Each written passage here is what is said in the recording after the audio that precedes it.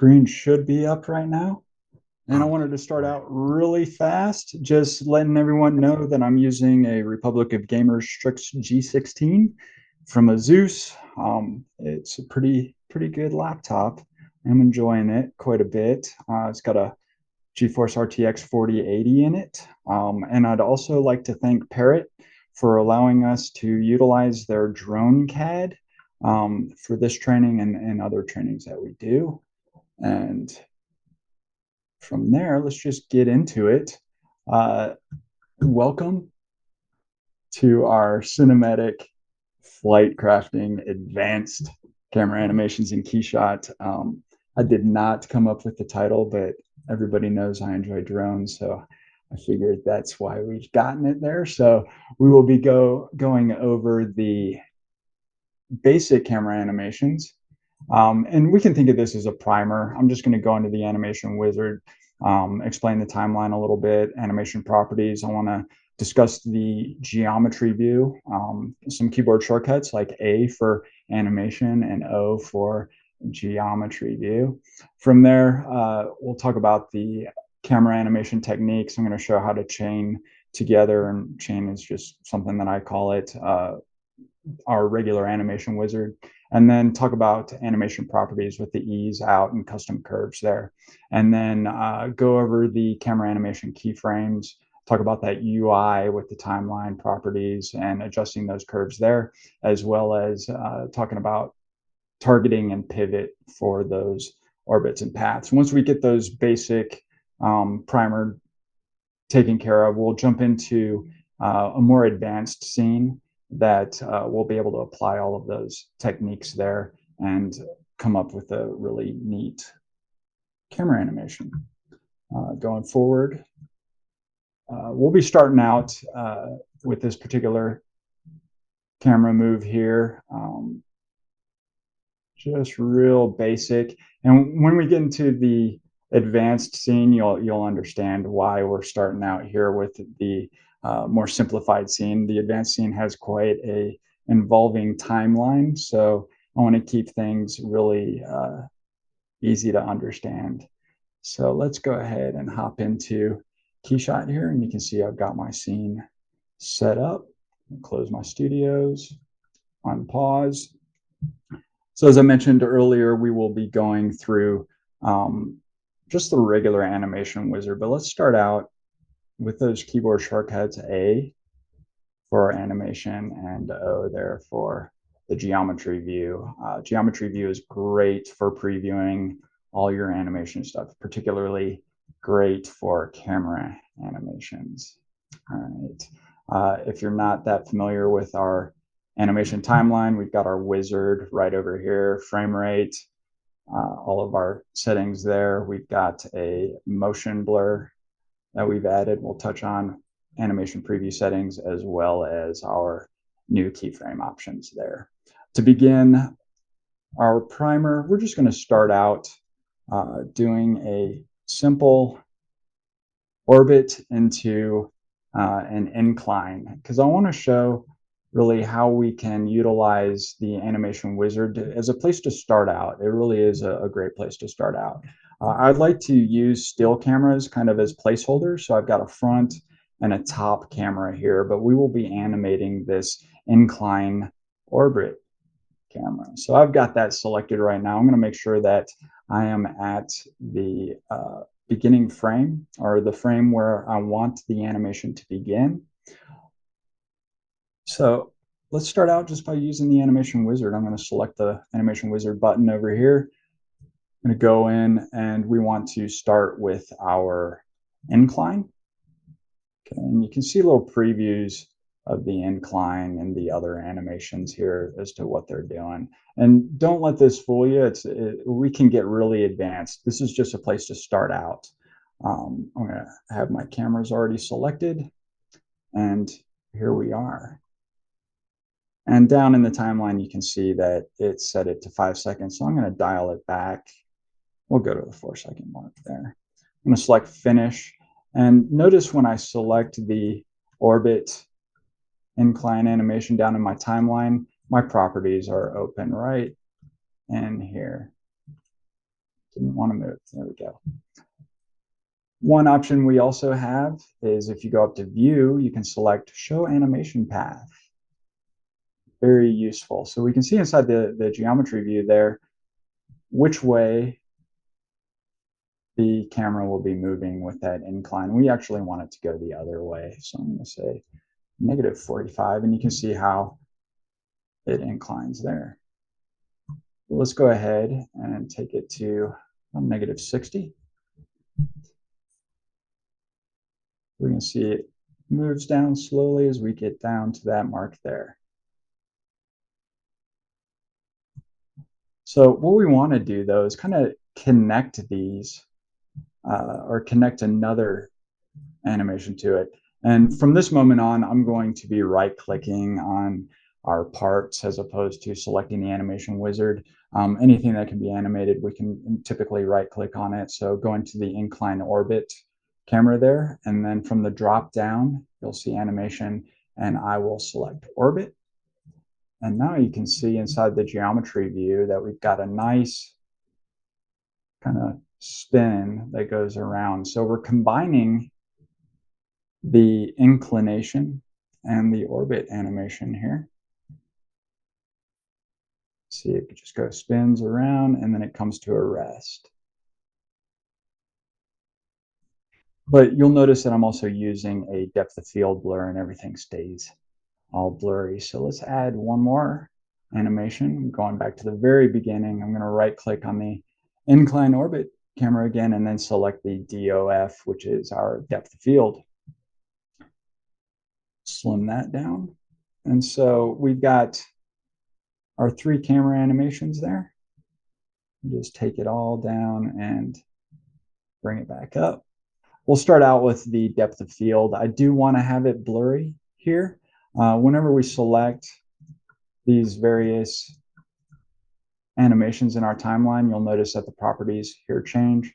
Currently, we're starting out with a focus distance of 87 and our f-stops at 1, which is relatively blurry. We can think of this second setting as our end. So I'm going to just take it all the way to our end frame there. And then we can select the focus distance. And let's try to focus there. Say done. And I do want to kind of have a neat, there we go, just a little depth of field right there. So as we scrub back through, you see that we're going from a blur, bring it down and around. And then we get some of it is sharp. But I would also like to have it kind of framed there. So if we made adjustments to the distance, it's going to mess with our depth of field there. So I'll take it all the way back. I'm going to right click on the camera again and then select translation. So as it moves down, we're actually did that wrong. I meant to do a zoom. So we're going to go to our zoom, and I need to be back over here. As I mentioned, if we did a translation, it would mess up our depth of field. So if we use a zoom, then our depth of field setting should be okay. There we go. And it zooms in, so we have a better kind of framing in there, right? And I would like to see it just kind of centered a little bit more. So let's take it back and right click our animation, and we'll just do a translation and lower that last frame there. And it's not going to be a lot. We just want to make sure that everything is kind of centered in our frame. That's good. Bring it back. And then scrub through again. It spins around and then comes to a rest. So motion ease is really useful. I like to go and set up the animations first and then come back in and adjust the motion ease there. And so what I mean by that, let's go ahead and take a look at the inclination there. And that's selected. I'm going to go in, select the motion ease. And for this one, we're just going to do a simple ease in and out. And what that means is it's going to start out slow, ramp up to an average speed, and then it's going to slowly ease out and kind of slow down that animation as we get there. We go down and we'll do the same thing to the orbit, only this time I'm going to select custom. And this brings up our custom curve options here. And this is really where I will dial things in. So we talked about the ease in and out. This curve has Bezier handles on it. So we have our two keyframe points there. If we select the Bezier handle and hold shift, it snaps down. And so what this is representing, this is our ease in. Okay, so it eases in, ramps up, and then we want to take this one, hold shift, and that's our ease out. So ease in, ease out. So now when we scrub through it, it should smooth things out quite a bit until it comes to a rest. It makes it a lot nicer, makes it look more professional. So here's our depth of field, which really probably doesn't need the ease as much. It's not as noticeable. And when we get into one of the following animations, you'll really see the power behind adjusting those curves. So here's our zoom. I will place an ease in and out on there. We'll just keep that one basic. And then last, we've got our translation there. And we'll keep that one basic as well.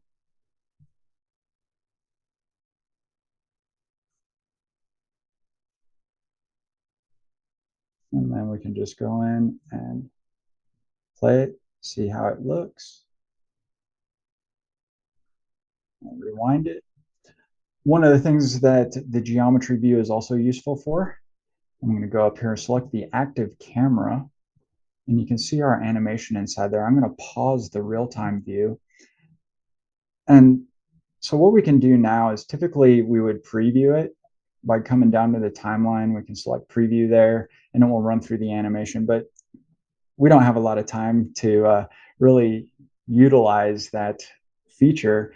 However, we can use the geometry view in that it almost gives us a one-to-one real-time view of the motion. And it's just a great, easy way to see how quickly or what adjustments need to be made on the animations, as opposed to utilizing the real-time view, which may not offer that one-to-one comparison with our animations there. You can see them both together. So utilizing the geometry view again for seeing the animation paths, as well as our settings for the camera. You can note how when we added those zooms there, that we end up seeing our field of view for our camera inside there get smaller. That's telling us, hey, there's our zoom. We also have this purple rectangle there, and that's telling us what's in focus. So if we zoom in on there, that purple rectangle actually has a foreground and a background, and then our focus inside there. So we can really get a nice idea of what will be in focus and what's out of focus.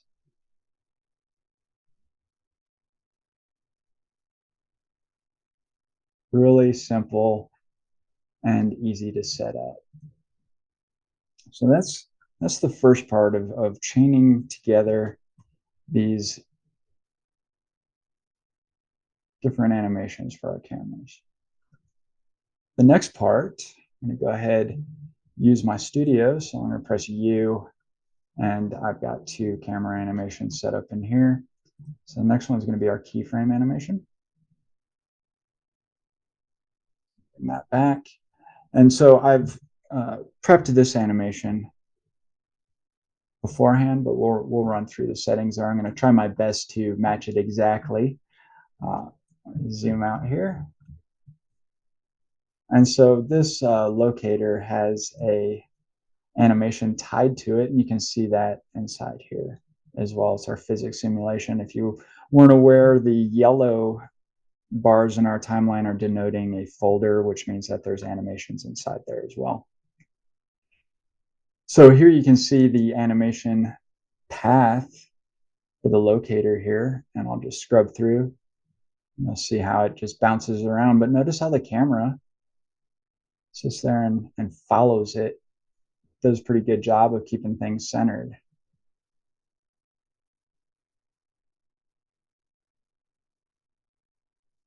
So this is utilizing the new camera keyframes that we mentioned before.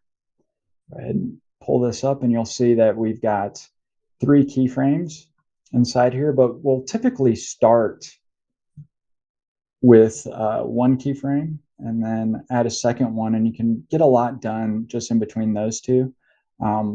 But I've got this one here just for the depth of field. And let me talk a little bit more about this new camera keyframe feature. If you're familiar with working in other animation software, there's a record function, and that would be this button right here. And what this does is, as you adjust your model, it adds a keyframe automatically. So every time you make that little move and then you adjust your keyframes, it's going to record all of those moves. Now, I've never been one to use that, and that's not to say that the feature isn't good. It's just I mess up, and I would often mess up my keyframes and then have to undo. So I'm a manual guy. I'll always come in and really select what I'm going to do and then press, all right, keyframe. So let me just get into that and I'll show you how I'd set it up. So I've already got my keyframe 1 camera here, and I've got the keyframe 2 camera. Keyframe 2 camera is going to be the end frame of what we saw previously, and the keyframe 1 is our beginning frame. And we can utilize these to help us set those keyframes. So it's a great way of being able to camera match there. Okay, so I've got the keyframe 1 camera selected, and I'm going to go to the free camera, and I'm going to name this keyframe.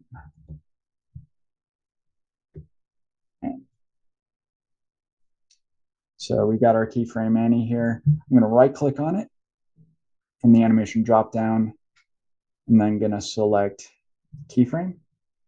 So we have our beginning frame right there. You can see the keyframe is down here, currently selected, and it is orange. And then we want to go to the end of our frame there. And notice how I went to the end frame and then I selected keyframe 02 and then selected my camera frame animation there. And now I can select that in the timeline and add that keyframe. So we're leveraging those 2 cameras to set the keyframe there. And this is just one of those easy ways to camera match. So we're not staying quite, or the subject's not staying within our frame, as you can see here, but our last frame matches the keyframe 01 camera, and the last frame matches our keyframe 02. So what we want to do now is assign a target there. And to do that, I'm going to select the first keyframe. And you can see it's been selected because it's orange right now. And then from the keyframe settings here, I've got it set to path. And then you'll see camera target. So I'll select that target icon, and then we want to select the locator there and say OK. So now as we scrub through, it kind of follows it. It does an OK job. We'll be able to tweak it, no worries. And then we'll bring it right over to the end frame there. And just to play it safe, I'm going to select the last frame, and notice the camera target's different. I'm just going to reaffirm that this is the same target. And then we can scrub back through. Notice now it's staying a lot centered, or staying centered a lot more than it was previously, right?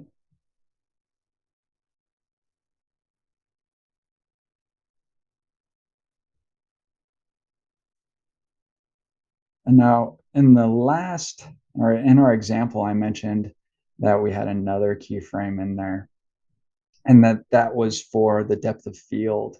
Um, I can't remember if I mentioned it before, but all the moves that we make for the keyframes, and this is the really cool part, it is part of the keyframe. And what I mean to say there is when we adjust a depth of field, that's part of the animation. If we adjust the perspective or focal length, that's part of the keyframe animation. So what I'm going to do now is just bring our subject here into view a little bit more, or yeah, into focus, I meant to say, and then set that keyframe.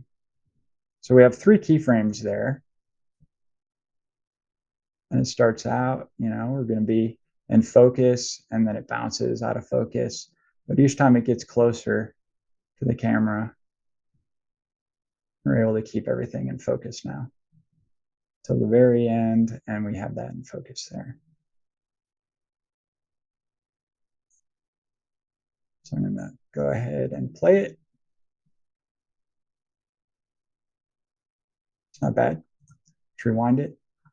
So motion's pretty good. Now we can go and dial it in. So I'm going to go up to the motion ease and the animation properties. We've got to be sure that the animation that we want to adjust in the properties is selected, and then going down to the custom settings, and I'm just going to do the same thing that I did before, holding shift, pull those Bezier handles, and then just kind of smooth things out. But notice when we get down now, because I made those adjustments, it's getting out of the frame. And this is where we're going to come in and make some adjustments to the handles like this to keep things in the frame. So this allows us to make minor adjustments there and maintain a smooth animation. So now I'll bring this one over, see if we can keep it centered.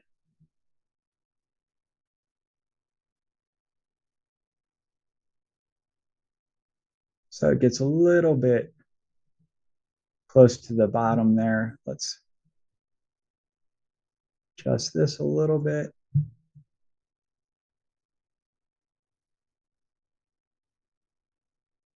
Kind of wonky.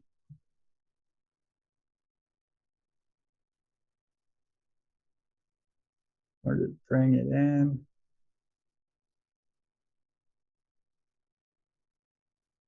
So you're really going to want to scrub your timeline a lot when you're dialing it in at the end.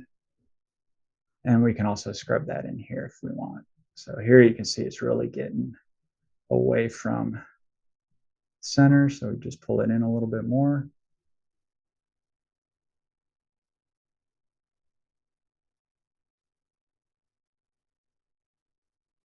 That's not bad. So we're doing pretty good on time. And really, this is our primer. All the things that we will be running through in the next portion. I do want to mention the motion blur here because this has been updated as well in KeyShot 2023.3. So I'm going to turn on the motion blur now. And the new update has to do with a shutter speed setting.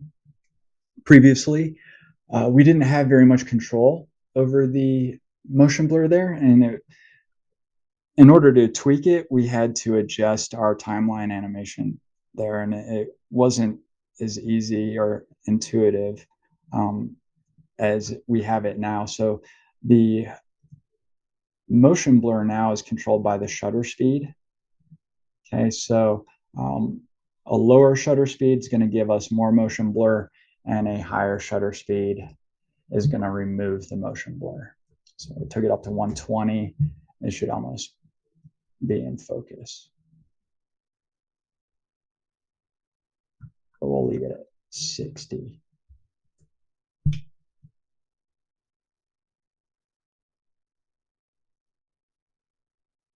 I use the motion blur a lot. I think it's a pretty cool feature. Save the scene.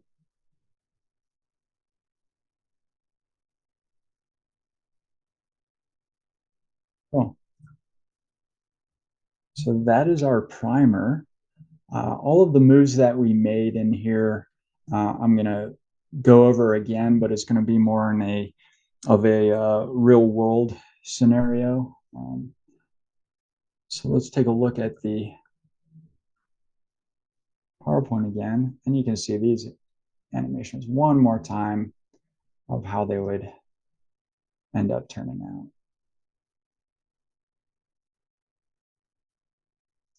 So here is the scene that we're going to be working with now.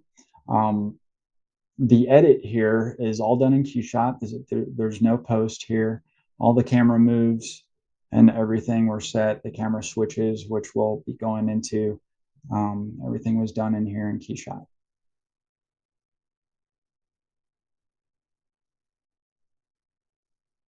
There's one part of there that we won't be going over, but it's so important to have a storyboard set up. And you can see here, I'm just keeping it really simple. I've got my camera name. I've got a description of what the animation is going to be, description of the lighting animation, what's the subject, we're looking at the LEDs, and what's the start frame there. So we're going to be starting out with our keyframe animation. And that keyframe animation is going to start from the top, and then it will end here at the 1 second mark. And it will do a camera switch. We're going to try to keep it fluid, or in that there's no signs of the camera switch. It's just going to seem like one continuous motion, and then it's going to go into a depth of field and another camera switch. From there, we'll end up with this particular view, and the camera will then orbit and zoom in onto the front of the drone there. And we'll be about in that position, probably a little bit more towards the front. And then we'll do a camera switch, and we'll see this position there. The camera will begin to pull back, zoom out, and we'll adjust the translation Y and Z as the drone begins to take off. And we'll continue to utilize the translation Y and Z as we move back. We'll be doing the same thing here. Is we're going to want to keep that in the frame. And so we'll make those similar adjustments to the curve as we did in the last part. And then we'll pause. The animation will, or the lighting animation will start to go to black, and we will have a depth of field animation that's going to go ahead and create some neat bokeh effects there. So that's just a quick overview of what we'll be doing. I'm going to go ahead and jump into the scene now. I'll close that one. And here's our scene. Unpause that. And I'm going to pull this timeline up real fast just so you guys can see what we've got going on here and why I started out with the more simplified scene. If I expand all of these, you can see there's quite a bit going on inside here for the drone animation. And it can get a little confusing. That's why it's always good to keep things organized, use the folders. If there's an animation that is all together, say, for example, we've got the drone takeoff animation here. This is all of these little moves here are made to work together. So placing them in a folder is going to make your life a lot easier when it comes to organization. And maybe if you're going to adjust the timing in there, if the timing's all good, and here we can make the adjustment on the folder to expand that timing. So I've got my timelines down here. And we've got our cameras all set up here. We've got our top camera. Here's our LED camera, front right low. Here's the close-up, front, and our end shot. And you remember I made these as stills, and we'll leverage these for the camera animation. So to begin, go to the top camera. This is going to be our keyframe animation. and it's going to translate down into this particular shot there. So similar as to before, I'm going to set the end frame first and then the beginning frame. The reason being, and I'll just explain again, when we look at the end frame, the distance is 8.9. We got negative 52.5, inclination of 79. These are not whole numbers, right? Whereas the top, our start, has some really easy numbers to place in here, 65, 90, 88, right? When we're using the keyframe animations, be aware that the incline can cause some unwanted camera movements. And this isn't unique to KeyShot. A lot of software, in my experience, has an issue when you point your camera straight down 90 degrees and you're setting keyframes with it. Oftentimes the twist will throw things off and your camera will twist funny. So what I've done here is just set the inclination to 88 degrees because it's pretty close in appearance to the 90 degrees, but we're not going to get the insane camera twist as we move through the keyframes there. So again, I'm going to start with the LED02 because that is the easiest one to roll with. And I'm going to go to the 1 second mark there. I'm going to select the free camera, create a new camera, and this will be intro keyframe cam. And since this is, the end frame of our keyframe animation, I'm going to select that, right click, go to animation, select keyframe, and here you can see it right down there. Now let's take it back to the beginning of the animation. And I'll select the top. And then we can select back on there.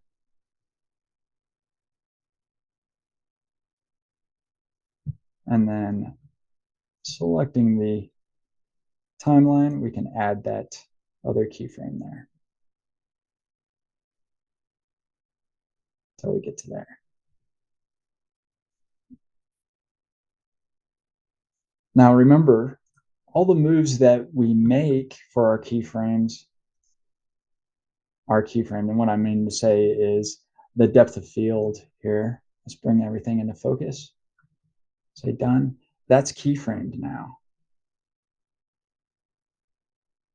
So as we go in, notice how the focus distance changes and we're able to keep everything in focus. But it makes it pretty dynamic. I do want to point out, you guys may notice that the arms are opening up, and that's because I have another little animation in here. Originally, the arms were open like that. So I've just nudged it forward 1 frame there. So our beginning frame is actually frame 2. So that's purposeful. Zoom in on here.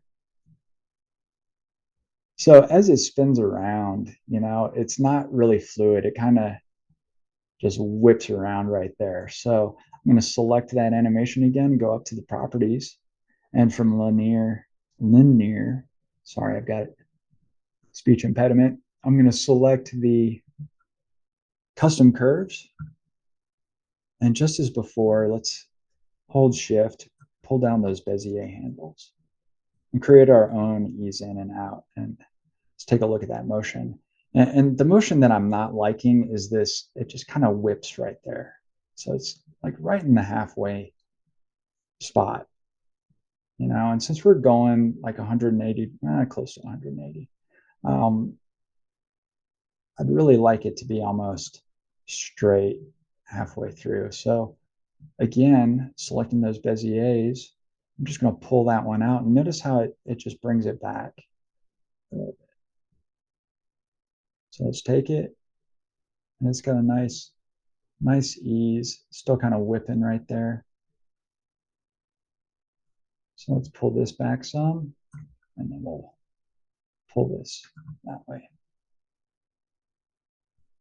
And as I mentioned before, let's check it out inside of the geometry view. So I'm going to select my active camera, and let's watch it. It didn't look bad.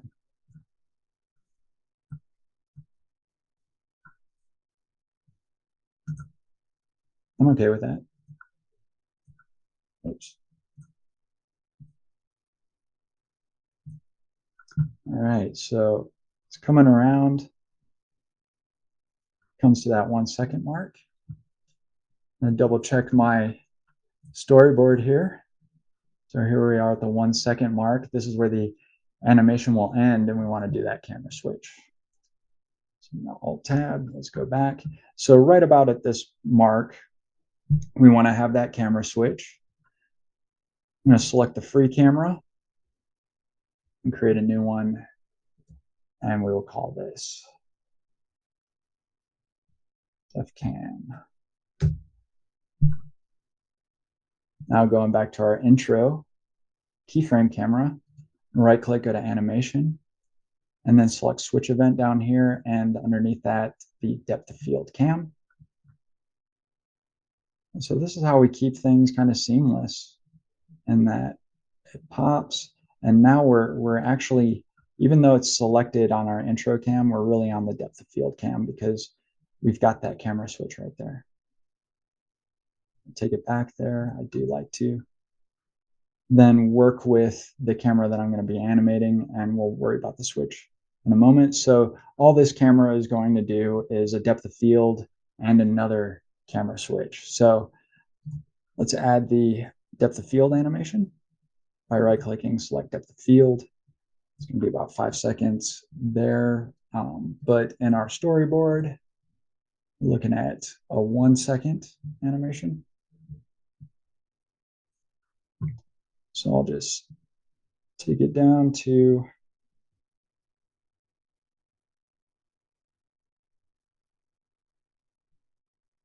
about there.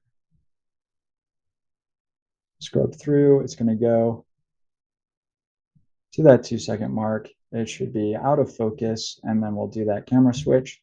So let's take things out of focus here, inside the properties. I'm just bringing down that f-stop 3. And really what we're trying to do is create a neat bokeh effect. The camera blades were added in KeyShot 11, I think, and it's kind of a neat effect.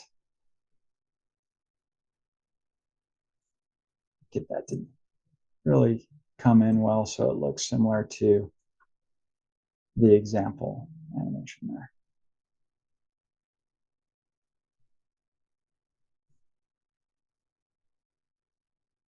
That's looking good. Good enough.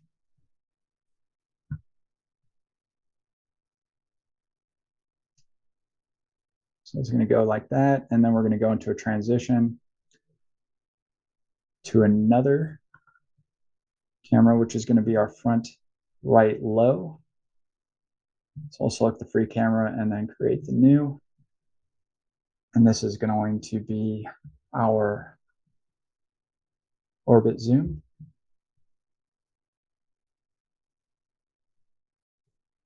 Let's take a look at the storyboard again. So we're right here at our orbit zoom. It says 2.5 seconds, up to 4 seconds. So let's verify that we should be starting at the 2.5 second. Let's keep it right there. So I'm selecting the orbit zoom there. I'm going to right click, select orbit. Up in the geometry view, then let's take a look at the camera path. And we don't want this to be a complete 360 orbit. Think of this as a gesture. What I mean by that, it's a subtle motion. So we'll have it go about 30, I guess. So we want it to almost be in the front there. We can see that motion. You can also see what's in focus, right? So we'll bring it around. It's going to open up. And really, that's a little bit further than I wanted to go. I'm going to keep that centered, right?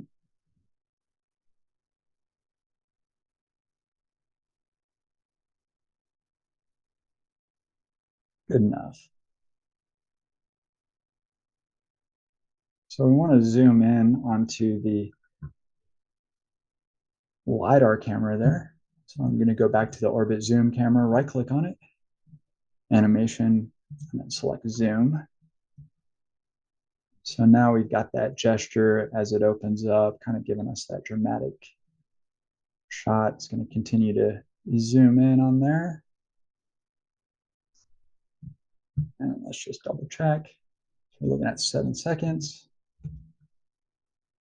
That's why we make the storyboards. It's always good to have that reference, right? Bring that in. And, I want to make that orbit continuous with the zoom. So I'm going to bring that out some more. Just kind of slow it down. Very subtle, right? Because it's a gesture. It's not really an orbit. It's just. Then it looks up. We're going to have our switch right about there. So what we need to do now is let's go back to the depth of field camera. Right click on it, go to animation, and then we'll do the switch event to our orbit zoom camera. So this is how we're making that kind of transition, where we've got it going into that depth of field, and that's, like the dissolve or some kind of canned thing there, and it pops in and begins moving. There's a way of faking the moves there. So if we go up and then scrub our animation to see what we have so far.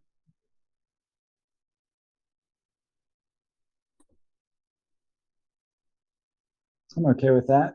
The last camera we did, though, it deserves a little bit of a ease in and out. And in the essence of time, I'm just going to use the regular ease in and out. And I think right here about the 8 second, we're going to deviate from the storyboard because we can. So at this point, we want it to now be on the front camera. So again, I'm going to duplicate that. And we'll name this end cam. And then on our orbit zoom camera, I'm going to right click, go to animation switch event, and then we'll select that end cam. So as we scrub through there, bam, and we see the quad there is taken off. But we want to keep it in the frame. So with that end camera now, at the 8 second mark, select the end cam, right click, go to animation, and let's do a translation. And this is going to be on the Y and Z. We'll bring it out to about the 11.5. And let's see where we're placed at that point. And I think we're doing something like 30 and 30. There we go. And you can see the props and almost the back of the drone are off totally off the frame, right? And the way that we've been keeping things in the frame when we have these animations is utilizing the custom curve option, right? And really, I've got the drone hovering right about here, so we probably want to have the camera motion stop there as well, so we can have some kind of continuity and use these animations together, because otherwise things might wobble a little bit. So I mentioned we want to keep that in the frame, so I'm going to go to the motion ease, select custom. let's kind of get it in there right where it goes off the frame. Let's adjust our ease handles there.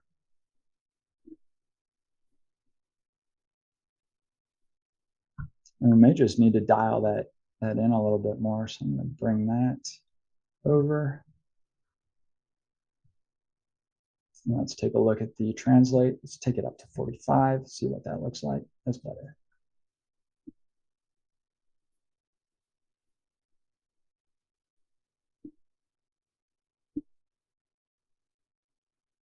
See where it's going off the frame there, right?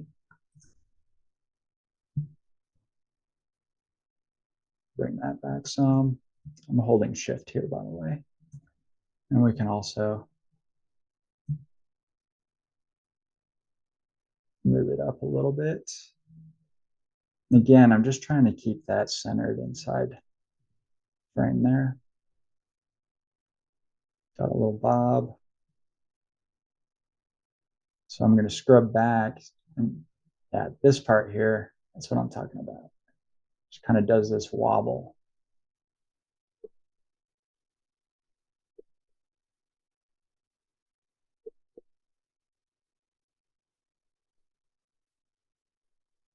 Keeping it in the frame.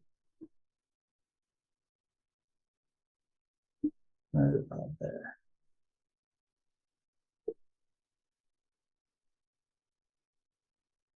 Something like that.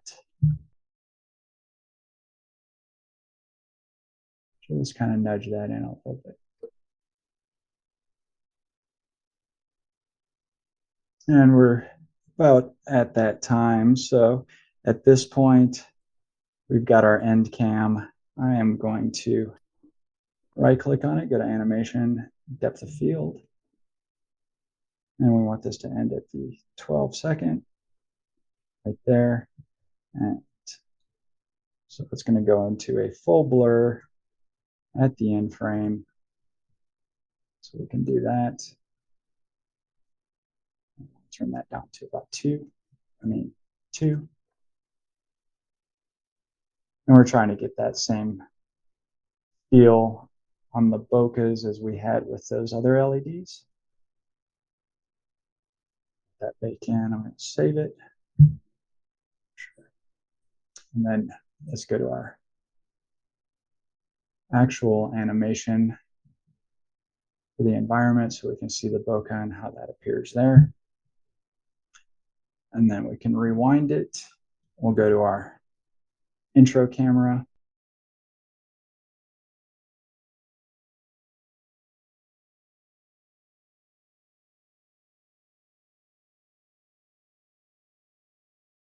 Now, if you ever notice depth of field getting a little bit off, don't panic. Select that front right, let's select that, go there. So here's our intro.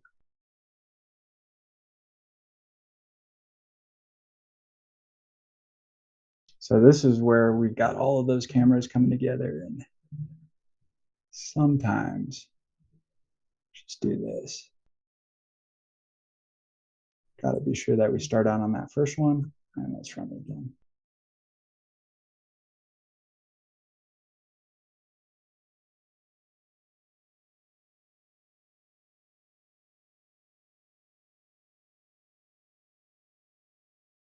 And we need a little motion blur. Gotta have the motion blur so we can see those props. Put it to 60, sharpen it up, higher values on the shutter speed. Really sharpen things up, and then we'll go and get it to set there at the end. So we can see those bokehs. Let's save it. So yeah, we're coming in right to where I thought we would. I think we probably have enough time for some questions, though. Yeah, I think we do. Thanks, Don. I appreciate that. That was awesome. Lots of great Thanks, man. info, as always. If any of you guys have questions, feel free to toss them in that Q&A chat, and we'll try to pull some of them off. I know Matt Gill asked a question your jacks, obviously, those were animated using physics simulation. I believe we added physics simulation in KeyShot 11. Correct me if I'm wrong. So if you are in KeyShot 11, you can use the physics simulation animation, and that basically allows you to animate gravity. So that's how those jacks were made. And he was also asking about your takeoff for the drone. I don't know if you could just briefly talk about how you set that up. A combination of like translation animations, keyframing, how you kind of did that. Yeah, it's a combination of everything. This is a scene that we use for our animation workshop. So this is like a day long um, training that we did in Chicago. So there's really a lot going on when it comes to the drone. I've actually used those locators quite a bit. If I turn those on, you can see I've got those locators placed to easily find all the areas that are animated, and then I animate the locators and then copy paste those animations onto the specific parts. If you look at the model here, you can see that there's a lot of separate parts there. Did my best to kind of clean it up and organize it, but it's really a lot easier to use those locators inside there. But looking at the drone takeoff animation, you can see what I've got going. So uh, typically I don't use the wizard. I would just right click and say, okay, here's the rotation, here's my translation, and then staggering them and kind of, sometimes you maybe want to have them overlap, or notice how I have this one goes completely past the end frame there, as well as the propellers or the motors, because I wanted those to continually spin there. Then we got an LED blink animation. So really, this is going through every part of KeyShot's animation features, so we can kind of tackle everything within the workshop here. So hope that helps. It's just everything, a little bit of everything to answer the question. It can get complicated. Oh yeah. Yeah, Paul's asking about the day-long workshop. So that was a workshop we held in Chicago. I believe we're actually going to be holding another workshop of some kind during our next KeyShot World. I don't know if it's going to be on animation specifically, but Don is also available for training. So if you or your team want to have some in-person training and have something a little bit more tailored to your needs, you can always reach out to sales. I believe, does sales book your trainings for you, or do you handle that? It's both. So, Okay. reach out to myself or the sales team, and we'll get you set up. And yeah, we're talking about doing other workshops at various KeyShot worlds. But if there's enough demand for it, we can always set one up as well on the side. If people want that, just let us know. Yeah. So like I said, you can always book him. We tend to have some workshops here and there near our office in Costa Mesa in Southern California. So if you're located nearby, sometimes we'll throw a little workshop there. But we definitely tag on workshops onto all of our regional events and our KeyShot World. So if we're gonna have one of those, if you see one of those pop up and you're gonna be nearby, I would definitely recommend kind of looking into what we're doing there. Yeah, Molly, when it comes to booking, if you just reach out to our sales department, they can kind of get you squared away for booking with Don. Don, I don't know if you want to share your email so that people can get a hold of you. Yeah, sure. It's don.tuttle at lexion.com, and I'll put it up on the screen here. Yeah, that would be helpful. And then, Don, I don't know if you can talk about this as well. Mike James is asking about export options to combine with Olympics. Oh, so we don't export ABC or Olympic cache files, but yeah, you can totally import those. I might have a demo of one slide here if you guys are curious. Here's one. So just a really simple splash animation. And this was a Bifrost liquid mesh that was made inside of Maya. And then I imported that in here for the example. But it works really well. If you've got questions about that and stuff, I'm more than happy to, reply and answer those questions as long as it's like a one-off. It's something that I can do in a short period of time. But this could be something that we go over in another animation workshop. But it's a little bit of a niche thing, right? Yeah, and if I'm not mistaken, I think we're looking at adding FBX animations as well, like deformations. The FBX is in there Is it? Is as it? well. Yeah, I, yeah, yeah. So you can do that. You've got to set that cache up as a MCX cache, and that's going to go into the export options. I might differ with some software, but your FBX export options should allow you to add a GPU cache or MCX cache. I think sometimes you can also leverage an ABC cache inside of your FBX file. um, I want to say I've done that before, but yeah, it's pretty flawless, really. Sweet. But yeah, thanks, Mike, for bringing that up. That would be something we'd definitely like to have a conversation about. But yeah, if anybody else has any other questions, we'll give it a couple, maybe 30 seconds here to see what else pops up. If not, I think we can wrap things up.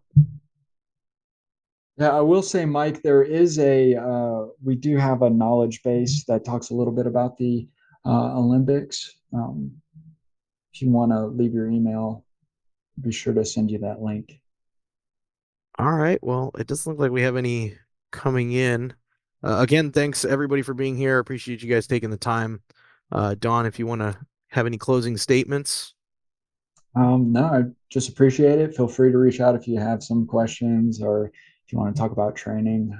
This is a lot of fun. I can talk about it all day. So thanks Awesome. for attending. Well, we appreciate you, Don. All right, everybody, you take it easy. We'll see you on the next one. Thank you.